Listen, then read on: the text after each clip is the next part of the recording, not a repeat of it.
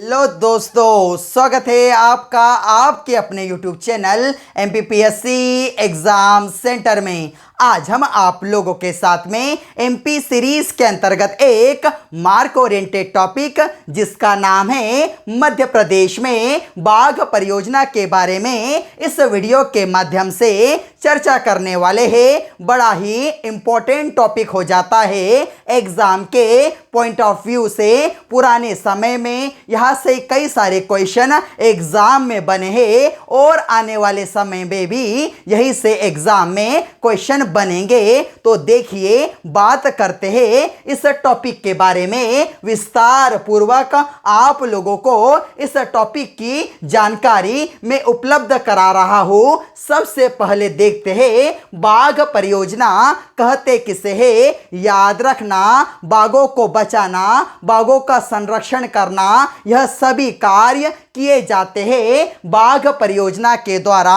और यदि महत्वपूर्ण क्वेश्चन दिखे तो सबसे पहले भारत में बाघ परियोजना कब लाई गई थी। बात है 1 अप्रैल 1973 को इस परियोजना को भारत में लागू किया गया था। किसके द्वारा लागू किया गया था? उस समय की तत्कालीन प्रधानमंत्री श्रीमती इंदिरा गांधी जी के द्वारा इस परियोजना को संपूर्ण भारत में लागू किया गया था। और एक महत्वपूर्ण क्वेश्चन यहां से बनता है, सबसे पहले भारत में बाघ परियोजना किस राष्ट्रीय उद्यान में लागू की गई थी? जिम कॉर्बेट राष्ट्रीय उद्यान, जिसे पहले जाना जाता था हेली राष्ट्रीय उद्यान के नाम से, वर्तमान में जिम कॉर्बेट राष्ट्रीय उद्यान उत्तराखंड राज्य के नैनीताल जिले में है।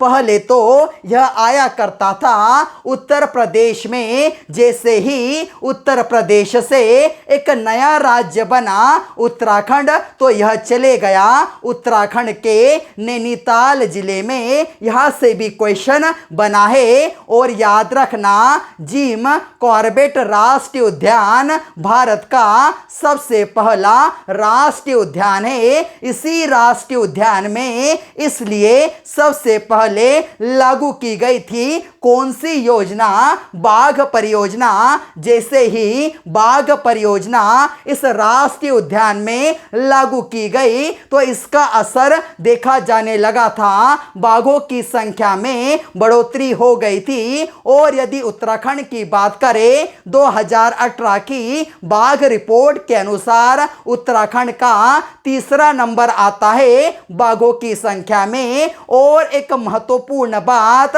यदि बाघों के बारे में बात करें तो बाघ दिवस बनाया जाता है 29 जुलाई को। यहां से भी क्वेश्चन पूछा गया है। और एक महत्वपूर्ण बात आपको पता होना चाहिए, विश्व में यदि देखें तो टाइगर मैन के रूप में जाना जाता है गेनी मैनफोर्ड को। उसी प्रकार से भारत में जाना जाता है टाइगर मैन के रूप में कैलाश सांखला जी को। इन्हीं के प्रयत्नों के द्वारा जब इन्होंने श्रीमती इंदिरा गांधी जी को बाघ परियोजना के बारे में बताया तो इन्हीं के अनुमोदन पर उनके द्वारा संपूर्ण भारत में इस योजना को लागू किया गया था। इस जानकारी को भी याद रखना। और जब हमने मध्य प्रदेश में वनों का वर्गीकरण पढ़ा था तो मैंने आपको बताया था हमेशा राष्ट्रीय उद्यान कौन से वनों के अंतर्गत स्थापित किए जाते हैं। आरक्षित वनों के अंतर्गत हमेशा राष्ट्रीय उद्यान स्थापित किए जाते हैं। और याद रखना, संरक्षित वनों के अंतर्गत हमेशा अभ्यारण्य को स्थापित किया जाता है। यहाँ से भी कई बार क्वेश्चन बने हैं। और यदि बात करें तो हमारे मध्य प्रदेश को जाना जाता है किस रूप में? टाइगर स्टेट के रूप में मध्य प्रदेश को जाना जाता है। किंतु 2014 से 2018 तक यह दर्जा मध्य प्रदेश प्रदेश से दूर चला गया था। टाइगर स्टेट के रूप में जाने जगह था। कर्नाटक और मध्य प्रदेश का दूसरा स्थान आ गया था, किंतु प्रत्येक 4 वर्ष बाद यह गणना बाघों की कराई जाती है। केंद्र सरकार के द्वारा 2018 की बाघ रिपोर्ट के अनुसार संपूर्ण भारत में 2967 बाघ है, जिसमें से मध्य प्रदेश में यदि बाघों की संख्या हम देखें तो 526 है। इस प्रकार मध्य प्रदेश बाघों की संख्या में नंबर 1 पर आ गया है। नंबर 2 है कर्नाटक का 524 बाघ रिकॉर्ड दर्ज किए गए हैं और तीसरा नंबर है उत्तराखंड का। यहां से भी क्वेश्चन बनते हैं। यदि संपूर्ण भारत की बात करें तो हमारा मध्य प्रदेश एकमात्र ऐसा राज्य है जिसमें 19% बाघ हमारे मध्य प्रदेश में ही पाए जाते हैं। अब शुरुआत करते हैं कहां से? छतरपुर और पन्ना से सबसे महत्वपूर्ण राष्ट्रीय उद्यान आता है इसमें, जिसका नाम है पन्ना राष्ट्रीय उद्यान। आता किस जिले में है? तो याद रखना, छतरपुर और पन्ना की सीमा पर स्थापित किया गया है पन्ना राष्ट्रीय उद्यान। इसकी स्थापना 1981 में की गई थी और इसका क्षेत्रफल भी याद रखना 542.662 स्क्वायर किलोमीटर का इसका क्षेत्रफल है। और एक महत्वपूर्ण बात, मध्य प्रदेश का दूसरा बड़ा राष्ट्रीय उद्यान यदि पूछे तो कौन सा राष्ट्रीय उद्यान है? पन्ना राष्ट्रीय उद्यान। इसके बारे में आगे देखें तो बाघ परियोजना में पन्ना राष्ट्रीय उद्यान को लगभग 13 साल बाद 1994 में शामिल किया गया था। और एक महत्वपूर्ण बात याद रखना, इस राष्ट्रीय उद्यान से केन नदी प्रवाहित होती है। केन नदी के बारे में यदि पढ़े तो केन नदी का उद्गम कैमूर पहाड़ियों से होता है। जिला यदि देखें तो कटनी के रिठी तहसील से इस नदी का उद्गम होता है। यह नदी छतरपुर और पन्ना की सीमा का निर्धारण करती है और पन्ना राष्ट्रीय उद्यान की जीवन रेखा कहलाती है। कौन सी नदी? केन नदी। वैसे तो हम यदि पन्ना की बात करें, पन्ना और छतरपुर बड़े ही महत्वपूर्ण हो जाते हैं। हीरे का सबसे ज़्यादा उत्पादन पन्ना जिला करता है। साथ ही साथ वर्तमान में छतरपुर में भी हीरे की खदानें खोजी गई है। और यदि पन्ना के बारे में पढ़े तो पन्ना को जाना जाता है आंवला नगरी के रूप में। इस बात को भी मत भूलना। और इसी पन्ना के राष्ट्रीय उद्यान में रेप्टाइल पार्क है, अर्थात हम कह सकते हैं रेंगने वाले जीव जंतु इसी पन्ना राष्ट्रीय उद्यान में पाए जाते हैं। वर्तमान में इस राष्ट्रीय उद्यान के द्वारा जंगली भैंसा का संरक्षण किया जा रहा है। इस राष्ट्रीय उद्यान में केन नदी है। इसी केन नदी पर याद रखना पांडव जलप्रपात और गाथा जलप्रपात भी है। यहाँ से क्वेश्चन बने हैं। गिद्धों की सबसे ज़्यादा संख्या इसी राष्ट्रीय उद्यान में है और इसके लिए एक महत्वपूर्ण तकनीक से गिद्धों की संख्या की तकनीकी जांच कराई जाती है। 1676 गिद्ध वर्तमान में इस राष्ट्रीय उद्यान में लगभग मौजूद है। और एक महत्वपूर्ण प्रश्न बनता है, संपूर्ण मध्य प्रदेश का याद रखना तीसरा जैव आरक्षित क्षेत्र इसी राष्ट्रीय उद्यान में स्थापित किया गया है। यदि बात करें संपूर्ण मध्य प्रदेश की, संपूर्ण मध्य प्रदेश में 3 जैव आरक्षित क्षेत्र है। सबसे पहला 1999 में पचमढ़ी होशंगाबाद जिले में स्थापित किया गया था। दूसरा याद रखना यह स्थापित किया गया था 2005 में। कहाँ पर? अनूपपुर जिले में। और यदि देखें तो कौन सा एरिया है, क्या नाम है? अचानक मार, अमरकंटक अमरकंटक वाले क्षेत्र जो कहलाता है, दूसरा जैव मंडल आरक्षित क्षेत्र और तीसरा जो है पन्ना जैव मंडल आरक्षित क्षेत्र 25 अगस्त 2011 को इसी राष्ट्रीय उद्यान में स्थापित किया गया था। पचमढ़ी जैव आरक्षित क्षेत्र जो 2009 में केंद्र सरकार के द्वारा स्थापित किया गया था, इसे 10 साल बाद यूनेस्को के द्वारा विश्व धरोहर में शामिल किया गया और इसी अचानकमार अमरकंटक जैव आरक्षित क्षेत्रों को लगभग 7 साल बाद 2012 में इसे शामिल कर लिया गया था यूनेस्को के द्वारा अपनी विश्व धरोहर में। बड़ा ही महत्वपूर्ण है पन्ना राष्ट्रीय उद्यान। और एक महत्वपूर्ण बात याद रखना, इसी पन्ना राष्ट्रीय उद्यान में केन नदी पर घड़ियालों का संरक्षण भी किया जा रहा है। आगे बढ़ते हैं, बात करते हैं सीधी और सिंगरौली के अंतर्गत। सीधी और सिंगरौली की सीमा पर स्थापित किया गया है संजय गांधी राष्ट्रीय उद्यान। वैसे तो इसका नाम परिवर्तित कर दिया गया है। इसे सबसे पहले जाना जाता था डुबरी अभयारण्य के रूप में, किंतु कुछ लोग इसका पुराना नाम गलती से कह देते हैं डुबरी राष्ट्रीय उद्यान, जो परिवर्तित कर संजय गांधी राष्ट्रीय उद्यान कर दिया गया है। और किस जिले में है? सीधी और सिंगरौली की सीमा पर स्थापित किया गया है। इसकी स्थापना याद रखना 1983 के अंतर्गत इस राष्ट्रीय उद्यान को स्थापित किया गया था। इसका क्षेत्रफल 466.66 स्क्वायर किलोमीटर है। और महत्वपूर्ण बात, इसमें टाइगर प्रोजेक्ट योजना को कब लागू किया गया था? 2008 में लागू किया गया था। अविभाजित मध्य प्रदेश का सबसे बड़ा राष्ट्रीय उद्यान कौन सा है? तो डुबरी राष्ट्रीय उद्यान कह लो या संजय गांधी राष्ट्रीय उद्यान कह लो। इसका ज्यादा कर पोर्शन हमारे पड़ोसी राज्य छत्तीसगढ़ में चला गया है। अब बात करते हैं उमरिया के बारे में। उमरिया में सबसे महत्वपूर्ण हम देखें राष्ट्रीय उद्यान है जिसका नाम है बांधवगढ़ राष्ट्रीय उद्यान।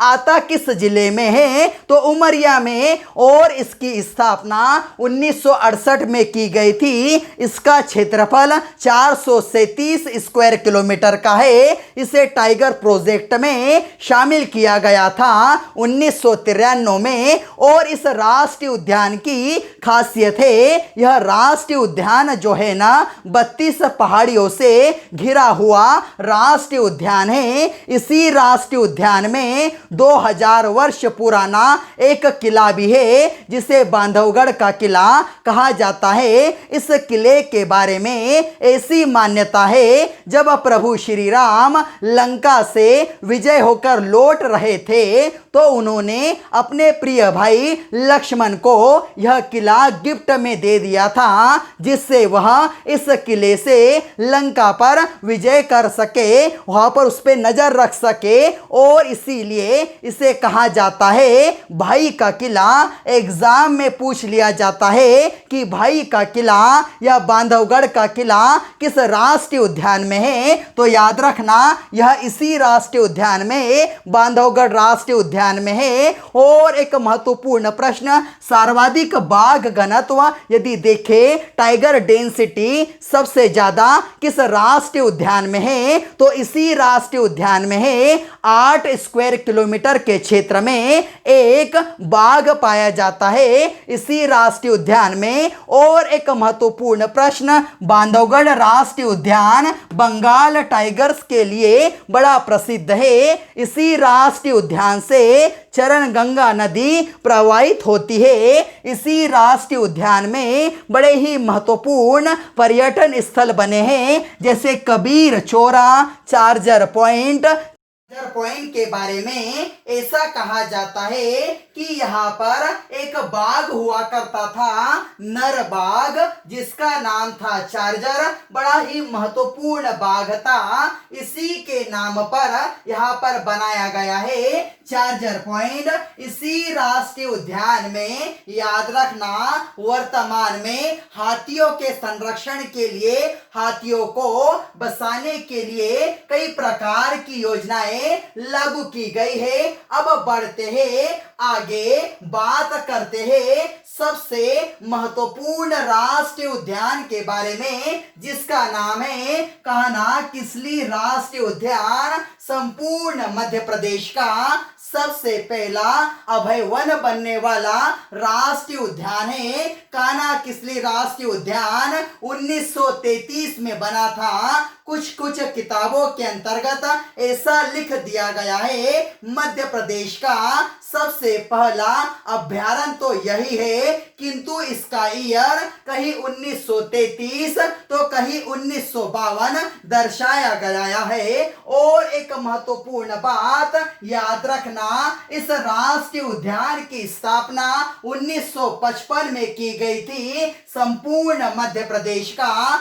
सबसे बड़ा राष्ट्रीय उद्यान तो है, किंतु इसका क्षेत्रफल देखे, इसका एरिया देखे, 940 स्क्वायर किलोमीटर में यह राष्ट्रीय उद्यान फैला है। यह आता कहां पर है? मंडला और बालाघाट की सीमा पर यह राष्ट्रीय उद्यान स्थापित किया गया है। इस राष्ट्रीय उद्यान में सबसे पहले संपूर्ण मध्य प्रदेश में सबसे पहले यदि बाघ परियोजना कहीं लागू की गई थी तो इसी राष्ट्रीय उद्यान में लागू की गई थी। 1973 के बाद, एक साल बाद 1974 में यहाँ पर बाघ परियोजना को लागू किया गया था। और याद रखना, सर्वाधिक बाघ कहां पर पाए जाते हैं? कान्हा-किसली राष्ट्रीय उद्यान में। यदि आपसे पूछ ले सर्वाधिक बाघ घनत्व किस राष्ट्रीय उद्यान में है, तो बांधवगढ़ राष्ट्रीय उद्यान को टिक करना। बाघ से बांधवगढ़,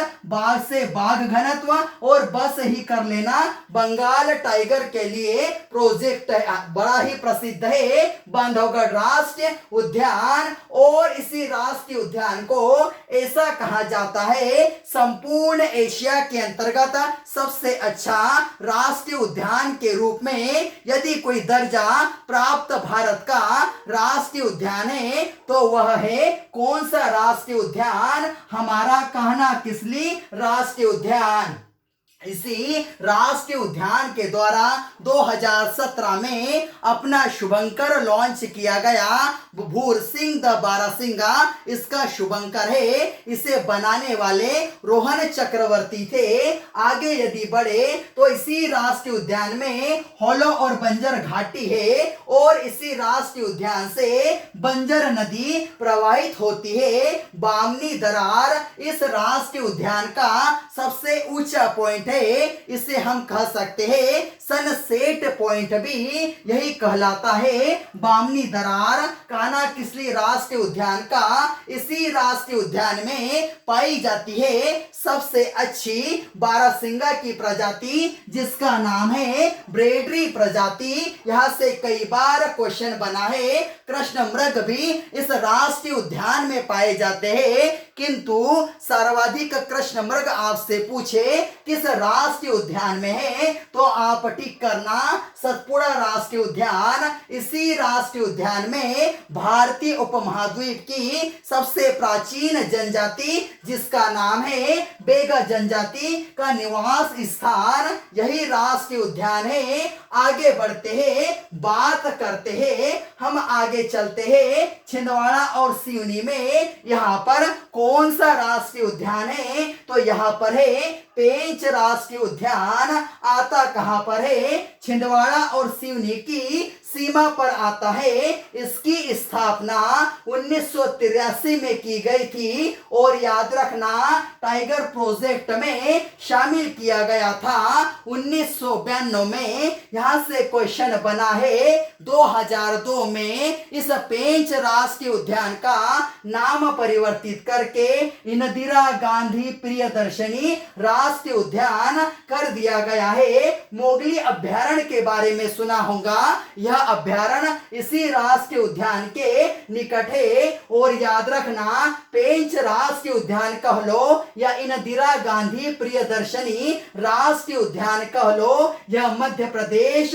और महाराष्ट्र की सीमा पर आता है। इसी राष्ट्रीय उद्यान में 2004 से बनाया जा रहा है मोगली उत्सव। इसी राष्ट्रीय उद्यान में एक सबसे अच्छा पर्यटन स्थल है जिसका नाम है काला पहाड़। यहाँ पर उपस्थित है, आप लोगों ने बचपन में एक कहानी सुनी होगी, इसके बारे में पढ़ा होगा, टीवी पर देखा होगा, मोगली के बारे में। संपूर्ण मोगली का जो नाटक है ना, इसी राष्ट्रीय उद्यान को बेस बनाकर बनाया गया है। एक व्यक्ति है रुडयार्ड किपलिंग, उनके द्वारा द जंगल बुक जिसमें मोगली का वर्णन किया गया है, इसी राष्ट्रीय उद्यान को आधार बनाकर लिखा गया है। अब आगे चलते हैं, बात करते हैं होशंगाबाद की। होशंगाबाद में सबसे महत्वपूर्ण राष्ट्रीय उद्यान है जिसका नाम है सतपुड़ा राष्ट्रीय उद्यान। जिला है होशंगाबाद जिला। इसकी स्थापना 1981 में की गई थी। यह मध्य प्रदेश का तीसरा सबसे बड़ा राष्ट्रीय उद्यान है। इस बात को भी नोट कर लो, सबसे बड़ा कहना किस लिए, दूसरा पन्ना राष्ट्रीय उद्यान और तीसरा सतपुड़ा राष्ट्रीय उद्यान। इसका क्षेत्रफल 528.729 स्क्वायर किलोमीटर के अंतर्गत यह राष्ट्रीय उद्यान स्थापित किया गया है। यहाँ पर 1999 में इसे शामिल किया गया था। बाघ परियोजना में सर्वाधिक कृष्ण मृग पाए जाते हैं। पक्षियों के लिए खास करके इंडियन बाइसन जिसे कहा जाता है गोर पक्षी के लिए सबसे महत्वपूर्ण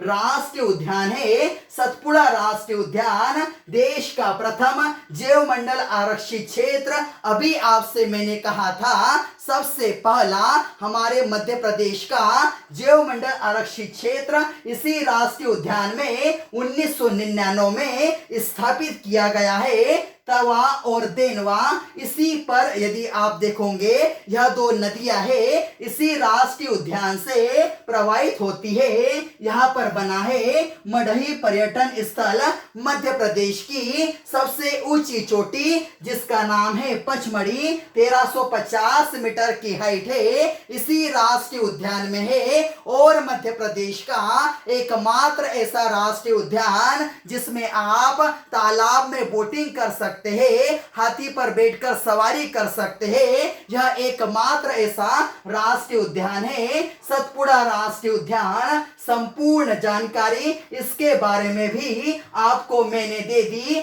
अब मध्य प्रदेश का एकमात्र ऐसा अभ्यारण्य जिसका नाम है रातापानी अभ्यारण्य, इसे भी टाइगर प्रोजेक्ट में शामिल किया गया है। बड़ा ही महत्वपूर्ण है, 2014 में शामिल किया गया है। इसी राष्ट्रीय उद्यान से बेतवा नदी प्रवाहित होती है और यह राष्ट्रीय उद्यान रायसेन और सीहोर की सीमा पर बना है। यहाँ से भी कई बार क्वेश्चन बना है। वैसे तो इस राष्ट्रीय अभ्यारण्य को स्थापित किया गया था 1976 में, इस बात को भी नोट कर लो। और संपूर्ण जानकारी लगभग मध्य प्रदेश में बाघ परियोजना के बारे में इस वीडियो के माध्यम से आपको उपलब्ध करा दी। उम्मीद करता हूं आप लोगों को हमारा यह कंटेंट पसंद आया होगा। यदि आप लोगों को एक महत्वपूर्ण बात और छूट रही है, मैं आपको बता देता हूं। इस बात में आप गलती मत करना। प से पन्ना राष्ट्रीय उद्यान, प से पेंच राष्ट्रीय उद्यान, स से संजय गांधी राष्ट्रीय उद्यान, स से सतपुड़ा राष्ट्रीय उद्यान। यह 4 राष्ट्रीय उद्यान टाइगर प्रोजेक्ट में, और 2 इस प्रकार से याद रख लो, कान्हा किसली राष्ट्रीय उद्यान और बांधवगढ़ राष्ट्रीय उद्यान। यह 6 राष्ट्रीय उद्यान है बाघ परियोजना में। और एक आपको मैंने बता दिया एकमात्र अभ्यारण्य रातापानी अभ्यारण्य। इस प्रकार से 7 हो गए। वर्तमान में जंगल गलियारा योजना के अंतर्गत शामिल किया गया है 5 राष्ट्रीय उद्यान को। उसमें है पन्ना राष्ट्रीय उद्यान, उसके बाद बांधवगढ़ राष्ट्रीय उद्यान, तीसरा है कान्हा राष्ट्रीय उद्यान, चौथा है पेंच राष्ट्रीय उद्यान और 5वां है सतपुड़ा राष्ट्रीय उद्यान। इन 5 को सरकार के द्वारा जंगल गलियारा योजना के द्वारा जोड़ने का कार्य किया जा रहा है। सबसे पहली बार आपस में जोड़े जाएंगे कान्हा किसली राष्ट्रीय उद्यान और बांधवगढ़ राष्ट्रीय उद्यान। उम्मीद करता हूं आप लोगों को यह वीडियो पसंद आया होगा। यदि आप लोगों को यह वीडियो अच्छा लगा है तो इस वीडियो को ज्यादा से ज्यादा लाइक कीजिए, अपने दोस्तों के साथ शेयर कीजिए और चैनल को सब्सक्राइब जरूर करना, जिससे आप लोगों को हमारी आने वाली नोटिफिकेशन प्रॉपर वे में मिल सके। जय हिंद।